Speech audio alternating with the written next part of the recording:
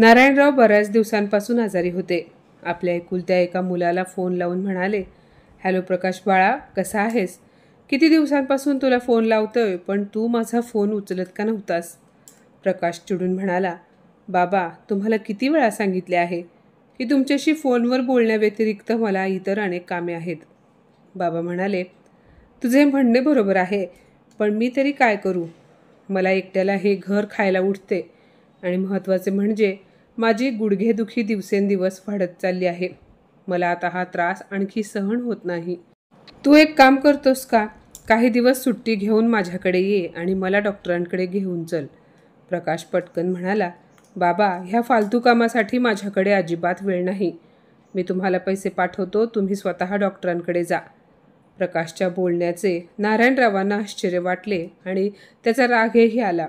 ते म्हणाले, काय म्हणालास? फालतू काम? आपल्या वडिलांना डॉक्टरांकडे घेऊन जाणे, आजारी वडिलांवर उपचार करणे हे काम तुला फालतू वाटते आहे?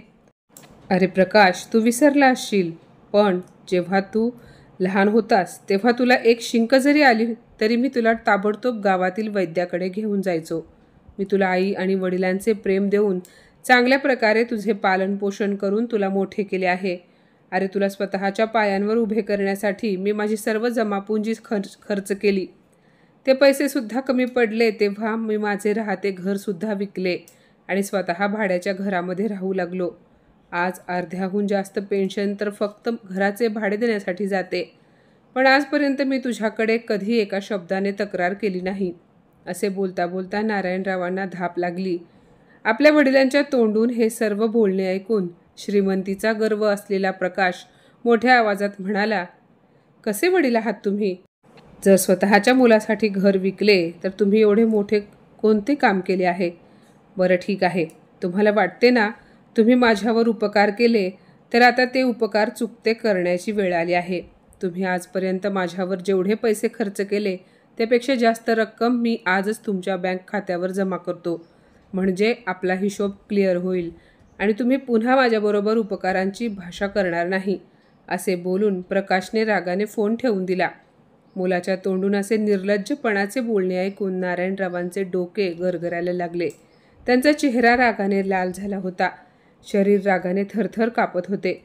त्यांच्या डोळ्यातून अश्रू आले. तेवढ्यात त्यांची नजर आपल्या स्वर्गवासी पत्नीच्या फोटोकडे गेली. तेव्हा त्यांना आपल्या पत्नीचे, मीराताईंचे शेवटचे शब्द आठवले. त्या म्हणाल्या होत्या, अहो, तुम्ही मला वचन द्या की यापुढे तुम्ही तुमच्या डोळ्यात कधीही पाणी आणणार नाही. हे वाक्य आठवताच नारायणराव डोळे पुसत म्हणाले, नाही मीरा, मी रडणार नाही. तू जिथे कुठे असशील तिथे खुश राहा. माझी काळजी करू नकोस. मी इथे खूप खुश आहे आणि खूप व्यवस्थित राहतो आहे. नारायणराव साताऱ्यातील एका शाळेत शिक्षक होते. जीवनात आलेले चढउतार झेलत आणि अनेक कठीण प्रसंगांना तोंड देत त्यांनी खूप मेहनत करून इमानदारीने आपले जीवन व्यतीत केले होते. एक शिक्षक असूनही त्यांचे लक्ष नेहमी ह्या गोष्टीवर असायचे की ते आपल्या विद्यार्थ्यांना समाजाचे जबाबदार नागरिक बनवू शकतील. पण म्हणतात ना, दिव्याखाली अंधार, आणि ही म्हण नारायणरावांना सुद्धा लागू पडत होती. त्यांना अजिबात ठाऊक नव्हते की त्यांच्या आयुष्यामध्ये पुढे काय होणार आहे. प्रकाश हा नारायणरावांचा एकुलता एक मुलगा होता. त्यांच्या पत्नीचा, मीराताईंचा मृत्यू प्रकाशच्या जन्माच्या वेळी प्रसूती दरम्यान झाला. नारायणरावांना पत्नी गेल्याचे खूप दुःख झाले होते, पण त्यांनी आपले दुःख बाजूला सारून आपल्या मुलाला खूप चांगल्या प्रकारे सांभाळले. गावाकडे राहून शिक्षणाबरोबरच आईचे प्रेम आणि वडिलांच्या कर्तव्यनिष्ठेने त्यांनी प्रकाशचे पालनपोषण केले. स्वतःच्या हातांनी बनवलेल्या जेवणाचा एक एक घास नारायणरावांनी खूप प्रेमाने आपल्या मुलाला भरवला. रात्री प्रकाशला झोपवताना ते अंगाई गीतसुद्धा गायचे. त्यांच्या जवळच्या नातेवाईकांनी त्यांना अनेकदा दुसरे लग्न करण्याचा सल्ला दिला, पण नारायणरावांनी कोणाचे काही ऐकले नाही. कारण त्यांना ठाऊक होते की दुसरी पत्नी तर त्यांना पतीच्या रूपात स्वीकार करेल, पण प्रकाशला स्वतःचा मुलगा म्हणून कधीच प्रेम देणार नाही. त्यामुळे मुलाचा विचार करून त्यांनी आयुष्यभर एकटे राहण्याचा निर्णय घेतला. प्रकाशला नारायणरावांनी कधीच आईची कमतरता भासू दिली नाही. नारायणरावांच्या प्रयत्नांनी प्रकाशने अभ्यासात यश मिळवण्यास सुरुवात केली आणि तो 12वी बोर्ड परीक्षा चांगल्या गुणांनी उत्तीर्ण झाला. मुलाचे यश पाहून नारायणरावांना खूप आनंद झाला होता. त्यांच्या डोळ्यात वेगळी चमक आली होती. पुढच्या शिक्षणासाठी प्रकाशचे ॲडमिशन पुण्यातील एका इंजिनिअरिंग कॉलेजमध्ये झाले. इंजिनिअरिंगला असताना प्रकाशची भेट त्याच्यासोबत शिकणाऱ्या एका साक्षी नावाच्या मुलीबरोबर झाली. त्या दोघांमध्ये मैत्री झाली आणि नंतर मैत्रीचे रूपांतर प्रेमात झाले. दोघेही इंजिनिअरिंगच्या शेवटच्या वर्षात शिकत होते. तेव्हा प्रकाशने निर्णय घेतला की जेव्हा त्याला नोकरी लागेल तेव्हा आपल्या वडिलांना साक्षीबद्दल सांगायचे. प्रकाशचे कॅम्पस सिलेक्शन झाले आणि त्याला पुण्यातील एका मोठ्या सॉफ्टवेअर कंपनीमध्ये खूप चांगल्या पगाराची नोकरी मिळाली. प्रकाशला खूप आनंद झाला आणि आता नारायणरावांना साक्षीबद्दल सांगण्याची योग्य वेळ आली होती. त्यामुळे तो वडिलांना भेटण्यासाठी साक्षीला घेऊन गावी गेला. त्याचे वडील नेहमीप्रमाणे त्याच्या वाटेकडे डोळे लावून बसले होते. खरे तर प्रकाशसाठी आता फक्त पैसाच सर्व काही आहे असे त्याला वाटत होते. त्याला पैशापुढे वडिलांचे प्रेम, त्याग आणि समर्पण ह्या सर्व गोष्टी छोट्या भासू लागल्या. घरी पोहोचल्यावर प्रकाशने वडिलांना साक्षीसोबत ओळख करून दिली. साक्षीला भेटल्यानंतर नारायणराव तिच्या विचारांनी खूप प्रभावित झाले. तिचे बोलणे, वागणे हे सर्व त्यांना खूप भावले. त्यामुळे त्यांनी दोघांच्या लग्नाला परवानगी दिली. दुसऱ्या दिवशी ते साक्षीच्या आईबाबांना भेटण्यासाठी मुंबईला गेले. प्रकाशला नावे ठेवण्यासारखे काहीच नव्हते. तो दिसायला चांगला होता, तसेच त्याला चांगली नोकरीसुद्धा होती. त्यामुळे तिच्याही आईबाबांना प्रकाश आवडला. काही दिवसातच प्रकाशने आपले वडील तसेच साक्षीच्या आईबाबा आणि काही जवळच्या नातेवाईकांच्या उपस्थितीमध्ये साक्षीसोबत लग्न केले आणि त्यानंतर तो आपल्या पत्नीसोबत पुण्यामध्ये सेटल झाला. पण आयुष्याच्या या वळणावर नारायणराव खूप एकटे पडले. सुरुवातीला तर प्रकाश दर 2-3 दिवसांनी नारायणरावांना फोन करायचा, पण आज 1 महिना झाला तरी त्याने वडिलांना फोन केला नव्हता. फोनवर का होईना पण प्रकाशचा आवाज ऐकण्यासाठी नारायणरावांचे कान आतुर झाले होते. असे म्हणतात की लग्नानंतर बायकोमुळे मुलगा बदलला, पण इथे तर उलटे झाले होते. साक्षी दररोज संध्याकाळी नारायणरावांना फोन करून त्यांची विचारपूस करत होती.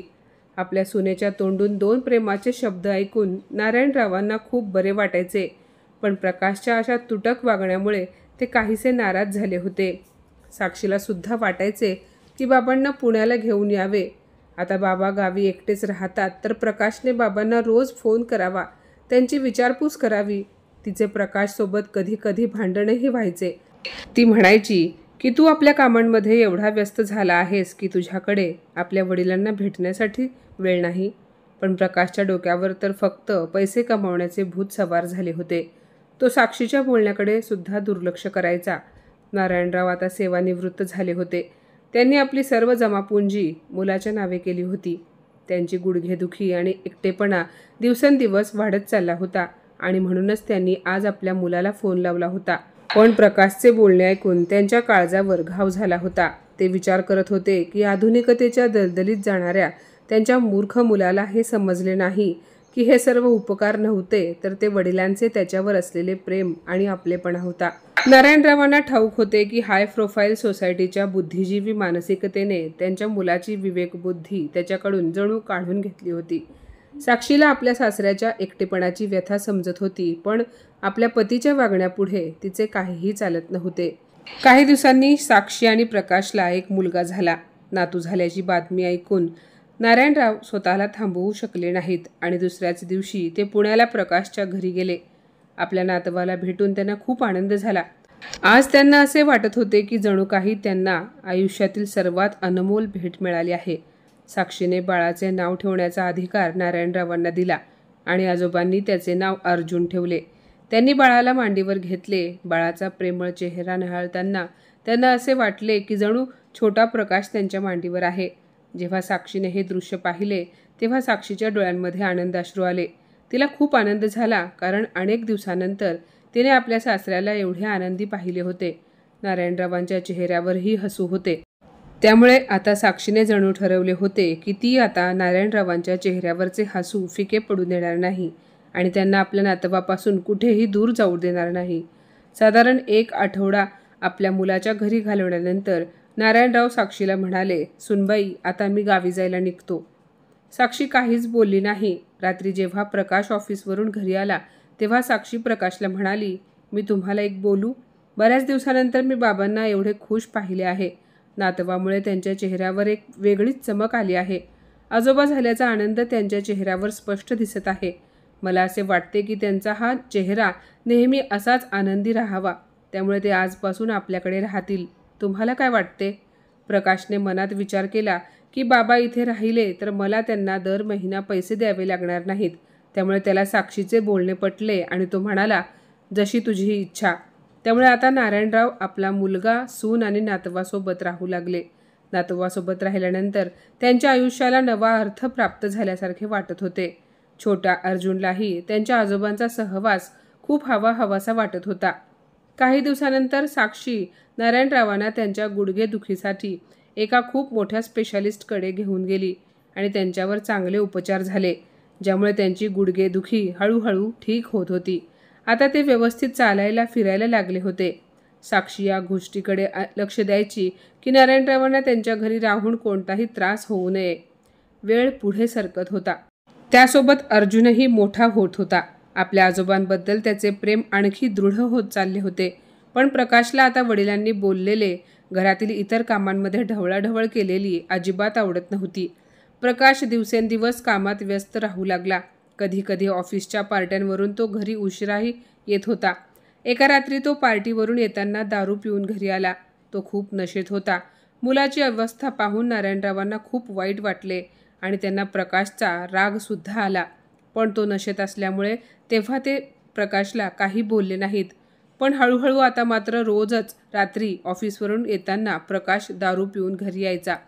दारूच्या नशेत तो साक्षीला सुद्धा शिव्या देत होता. त्यामुळे आता नारायणराव गप्प बसले नाहीत आणि एके दिवशी ते प्रकाशजवळ बसून त्याला समजवायला लागले. ते म्हणाले, हे बघ प्रकाश, दारू चांगली नसते. दारूमुळे खूप संसार उद्ध्वस्त झालेली मी पाहिली आहेत. मी खूप दिवसांपासून पाहतोय तू रोज दारू पिऊन घरी येतोस. अरे काल तर तू हद्द केलीस.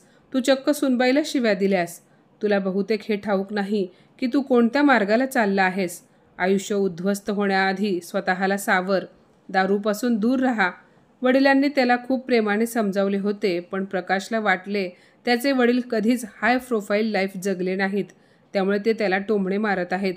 नारायणराव प्रकाशला त्याच्या हिताचे बोलले, पण प्रकाश वडिलांवर भडकला आणि म्हणाला, बाबा, तुम्ही माझ्या आयुष्यामध्ये दखल दिली नाही तर बरे होईल.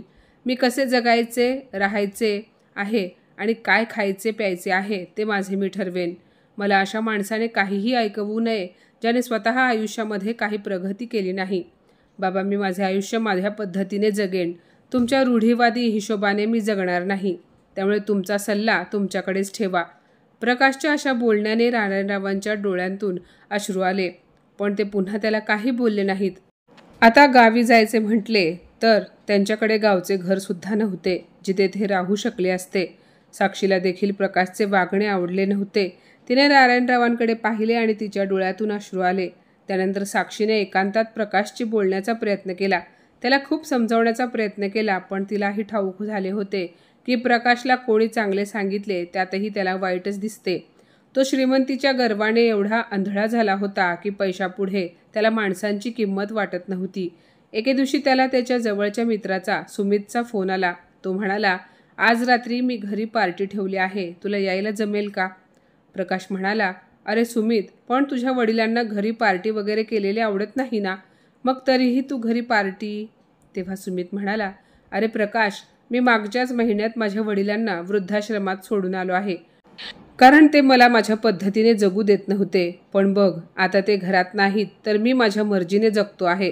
सुमितचे बोलणे ऐकून प्रकाशच्या चेहऱ्यावर चमक आली आणि त्यानेही स्वतःच्या वडिलांना वृद्धाश्रमात सोडण्याचा निर्णय घेतला. त्याने ह्याबद्दल साक्षीला सांगितले, पण तिला प्रकाशचा खूप राग आला आणि ती म्हणाली, मी बाबांना कुठेही जाऊ देणार नाही.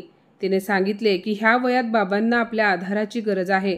तसेच अर्जुनसुद्धा त्याच्या आजोबांसोबत खूप आनंदी असतो आणि आजकाल बाबांची तब्येतही ठीक नसते. हे त्यांचे आराम करण्याचे दिवस आहेत. त्यामुळे आपल्याला बाबांना इथे ठेवून त्यांच्याकडे लक्ष दिले पाहिजे.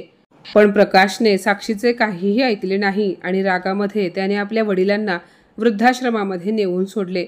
त्याने एका नातवाला आजोबांपासून आणि सुनेला आपल्या पिता समान सासऱ्यापासून दूर केले. प्रकाश नारायणरावांना पुण्यातील एका वृद्धाश्रमामध्ये सोडून आला. नारायणराव वृद्धाश्रमामध्ये पोहोचल्यानंतर एका खोलीत गेले तेव्हा समोरच भिंतीवर काहीतरी लिहिले होते. बहुतेक आपल्या मुलांमुळे त्रासलेल्या कोण्या वृद्धाने लिहिलेले असावे. जवळ जाऊन त्यांनी पाहिले तर तिथे असे लिहिले होते की का भार वाटतात थकलेले खांदे, ज्यावर बसून कधी तुम्ही जग पाहिले होते. हे वाचताच नारायणरावांच्या डोळ्यातून अश्रू आले, पण त्यांनी अश्रू पुसले आणि त्यांनी हळूहळू आपल्या मनाला समजावले की आता हेच त्यांचे नशीब आहे. जोपर्यंत आयुष्य आहे तोपर्यंत असेच रडत खडत जगायचे. ज्यावेळी नारायणराव वृद्धाश्रमामध्ये गेले होते त्यावेळेस अर्जुन 8 वर्षांचा होता. आपल्या वडिलांनी आजोबांना वृद्धाश्रमात पाठवल्यानंतर तो खूप उदास झाला होता. राहून राहून त्याच्या मनामध्ये आपल्या आजोबांसोबत घालवलेल्या गोड आठवणी यायच्या. जेव्हा प्रकाशने नारायणरावांना वृद्धाश्रमामध्ये सोडण्याचा निर्णय घेतला तेव्हा अर्जुन खूप लहान होता, त्यामुळे तो प्रकाशला विरोध करण्याच्या स्थितीत नव्हता. तिकडे नारायणराव स्वतःला 4 भिंतींमध्ये जीवन जगण्याचा धीर देत होते, पण त्यांना असे वाटायचे की कोणास ठाऊक जीवनामध्ये त्यांनी असे कोणते पाप केले होते त्याचे फळ त्यांना ह्या वयात मिळत आहे. हळूहळू वेळ पुढे सरकत होता. आज अर्जुन देखील 18 वर्षांचा झाला होता आणि दरवर्षीप्रमाणे साक्षी आपल्या मुलाचा वाढदिवस त्याच्या आजोबांसोबत साजरा करण्यासाठी वृद्धाश्रमामध्ये गेली आणि तिथे गेल्यानंतर नारायणरावांनी आणि इतर वृद्ध माणसांनी अर्जुनचा वाढदिवस आनंदाने साजरा केला. आज बऱ्याच दिवसानंतर नारायणराव आणि अर्जुन एकमेकांसोबत होते, त्यामुळे दोघेही खूप आनंदी दिसत होते. पण घरी जाण्याची वेळ आल्यावर दोघांच्याही डोळ्यात पाणी आले. साक्षी आणि अर्जुन घरी निघून गेले तेव्हा नारायणरावांना त्यांचे जीवन नीरस वाटायला लागले. पण ते करणार तरी काय होते? कारण ज्या रोपट्याला त्यांनी आपल्या रक्ताने फुलवले होते तेच रोप आज वटवृक्षात रूपांतरित होऊन त्यांच्यापासून दूर झाले होते. घरी पोहोचल्यावर अर्जुन त्याच्या आईला म्हणाला, आई, आजोबा खूप कमजोर झाले आहेत ना? साक्षी म्हणाली, हो बाळा, तू बरोबर बोलतोयस, पण हे तुझ्या पप्पांना कधी कळणार कोणास ठाऊक. मुलगा, नातू, सून असताना देखील आपल्या आजोबांची देखभाल करता येत नाही याची अर्जुनला लाज वाटू लागली. असे म्हणतात की कर्माची फळे ह्याच जन्मी भोगावी लागतात. पाहता पाहता काळाचे चक्र बदलले आणि एक दिवस 18 वर्षांचा अर्जुन हातात बिअरची बाटली घेऊन नशेमध्ये घरी आला. त्याला व्यवस्थित चालताही येत नव्हते. आपल्या मुलाला अशा अवस्थेत पाहून प्रकाशमधील वडील जागा झाला आणि तो रागाने मोठ्या आवाजात अर्जुनला म्हणाला, अरे निर्लज्ज मुला, तुझे वय आहे का हे दारू पिण्याचे? तुला लाज वाटत नाही का? नशेमध्ये हातात दारूची बाटली घेऊन आपल्या वडिलांच्या समोर येऊन उभा राहिला आहेस. रागामध्ये प्रकाशने विचारले तेव्हा अर्जुनने त्याला जे उत्तर दिले त्यामुळे प्रकाशची बोलतीच बंद झाली. तो म्हणाला, dad, it's my life my rules. मला माझे आयुष्य माझ्या पद्धतीने जगायचे आहे, जसे तुम्ही जगत आहात. मला सांगा, तुम्ही कधी आजोबांचे ऐकले होते का? मग मी तुमचे का ऐकू? तुम्ही तुमचे बघा, माझे मी बघतो. त्याचे बोलणे ऐकून प्रकाशने अर्जुनच्या कानाखाली ठेवून दिली. आज प्रकाशला एक वडील म्हणून स्वतःची लाज वाटू लागली. त्याला असे वाटत होते की आज ज्या वृद्धाश्रमामध्ये त्याचे वडील मन मारून राहत आहेत ते वृद्धाश्रम आता त्याची वाट बघत आहे. काही वर्षानंतर मी सुद्धा बाबांच्या ठिकाणी असेन, असे पुढचे चित्र त्याला दिसू लागले. जेव्हा तो असाच स्वतःच्या वडिलांसमोर दारू पिऊन आला होता तेव्हा नारायणरावांनी त्याला जीव तोडून समजावले होते, तेव्हा त्याने बाबांच्या बोलण्याकडे दुर्लक्ष केले होते. पण आज आपल्या मुलाच्या ह्याच हरकतीने त्याला सर्व काही लक्षात आणून दिले. प्रकाश बेचैन झाला. साक्षीने प्रकाशकडे रागाने पाहिले आणि म्हणाली, जर तुम्ही बाभळीचे बी लावले आहे तर बाभळीच्या झाडाला काटेच येणार, आंबे येण्याची कल्पनाही करू शकणार नाही. जैसे कर्म तुम्ही केले आहे त्याचे फळ तुम्हाला अशा प्रकारेच मिळणार होते. पत्नी आणि मुलाच्या बोलण्याने प्रकाशला जाणवले की आयुष्यात त्याने खूप पैसा कमवू शकला नाही तर ते फक्त आपल्या वडिलांचे प्रेम, ज्या वडिलांनी आई नसताना त्याला आई वडिलांचे प्रेम देऊन तळहाताच्या फोडाप्रमाणे जपले, त्याला आपले सर्व काही समर्पित केले, त्याच वडिलांना त्याने आयुष्याच्या अंतिम क्षणी वृद्धाश्रमाचा रस्ता दाखवला होता. आज ना तो आपल्या पत्नीचा राहिला ना आपल्या मुलाचा. रात्र सरली. अर्जुन, साक्षी झोपले होते, पण आज प्रकाशच्या डोळ्यातून झोप गायब झाली होती. आजपर्यंत त्याने जे काही केले होते आणि आज त्याच्यासोबत जे काही झाले आहे ह्या विचाराने त्याच्या डोळ्यातून अश्रू वाहत होते. दुसऱ्या दिवशी सकाळी जेव्हा साक्षी झोपेतून उठली तेव्हा तिने पाहिले तर ती आश्चर्यचकित झाली, कारण प्रकाश आंघोळ वगैरे करून तयार होऊन बसला होता. त्याने साक्षी आणि अर्जुनला सुद्धा तयार होऊन आपल्याला बाहेर जायचे आहे असे सांगितले, पण कुठे जायचे आहे हे सांगितले नाही. ते दोघेही सर्व काही आवरून पटकन तयार झाले. 1 तासाचा प्रवास केल्यानंतर प्रकाशने गाडी थांबवली तेव्हा साक्षी आणि अर्जुन हे पाहून चकित झाले, कारण त्यांची गाडी त्या वृद्धाश्रमासमोर उभी होती जिथे नारायणराव राहत होते. साक्षी आणि अर्जुन गाडीतून बाहेर उतरण्याआधीच प्रकाश वेगाने वृद्धाश्रमात गेला. त्याने समोर पाहिले तर एक वृद्ध माणूस काठीचा आधार घेऊन अडखळत्या पावलांनी अंगणामध्ये फिरत होते. त्यांना पाहून त्याला असे वाटत होते जणू काही त्यांच्या शरीरातील रक्त सुकले आहे. चेहऱ्यावर सुरकुत्यांचे एक जाळे पसरले होते. तो वृद्ध माणूस हाडांचा सापळा बनला होता. प्रकाश त्यांच्याकडे गेला आणि जवळ जाऊन म्हणाला, काका, मला सांगाल का इथे मला नारायणराव कुठे भेटतील? पण जसे त्या वृद्ध माणसाने मागे वळून पाहिले तेव्हा प्रकाशला धक्का बसला, कारण तो वृद्ध माणूस दुसरा तिसरा कोणी नसून त्याचे वडील नारायणराव होते. आपल्या वडिलांना अशा अवस्थेत पाहून त्याचे मन आत्मीय ग्लानीने भरून आले. प्रकाशच्या डोळ्यांमध्ये पश्चातापाचे अश्रू आले आणि त्याने वडिलांचे पाय धरले. तो म्हणाला, बाबा, मला माफ करा. माझ्याकडून चूक नाही तर गुन्हा झाला आहे, खूप मोठा गुन्हा, ज्याची मला जेवढी शिक्षा मिळेल तेवढी कमी आहे. मला ठाऊक आहे की माझा हा गुन्हा माफीलायक नाही, पण तरीसुद्धा मला प्रायश्चित्त करण्याची एक संधी द्या. माझ्यामुळे तुम्ही आयुष्यभर जेवढे दुःख सहन केले होते त्याची सीमा नाही, पण बाबा, मी तुम्हाला वचन देतो की यापुढे मी कधीच तुम्हाला दुखावणार नाही. मला तुमची सेवा करण्याची एक संधी द्या. असे बोलून तो रडायला लागला. नारायणरावांनी थरथरत्या हातांनी त्याला उठवले आणि त्यांनी प्रकाशला मिठी मारली. दोघांच्या डोळ्यातून अश्रूंच्या धारा वाहत होता. हे मार्मिक दृश्य पाहून अर्जुन रडत आपल्या आईजवळ आला आणि म्हणाला, मम्मा, तुला मनापासून सॅल्यूट. जर तू त्या दिवशी आजोबांना परत घरी आणण्यासाठी बाबांना धडा शिकवण्याची आयडिया दिली नसती तर आज हे शक्य झाले नसते. तू जगातील सर्वात बेस्ट आई आहेस आणि सर्वात चांगली सूनसुद्धा. I am proud of you mamma. Arjun त्या रात्री दारू पिऊन आला नव्हता, तर प्रकाशला धडा शिकवण्यासाठी साक्षी आणि अर्जुनने रचलेले ते नाटक होते, ज्यामुळे आज प्रकाश योग्य मार्गावर आला होता. सुनेच्या प्रयत्नांमुळेच आज एका वृद्ध वडिलांना प्रेम आणि सन्मान मिळत होता, ज्याचे ते हकदार होते. काही वेळाने प्रकाश नारायणरावांना घेऊन घरी गेला. आता त्यांच्या घरामध्ये आनंदाचे वातावरण होते. आज साक्षीने हे सिद्ध केले होते की जगातील सर्व सुना वाईट नसतात. जिथे आजकालच्या सुना सासू सासऱ्यांना वृद्धाश्रमाचा रस्ता दाखवतात, तिथे साक्षी सारख्या सुना सासू सासऱ्यांना वृद्धाश्रमातून बाहेर काढतात. खरंच अशा सुना आपल्या कुटुंबाला विस्कटू देत नाहीत, तर प्रेमाच्या धाग्यांनी घरातील सर्व सदस्यांना मोत्यांप्रमाणे एकत्र ठेवू शकतात. तर माझ्या मित्रमैत्रिणींनो, आजची ही कथा तुम्हाला कशी वाटली कमेंटमध्ये नक्की सांगा. आणि अशाच नवनवीन कथा ऐकण्यासाठी प्रज्ञा मराठी स्टोरीजला नक्की सबस्क्राईब करा. धन्यवाद.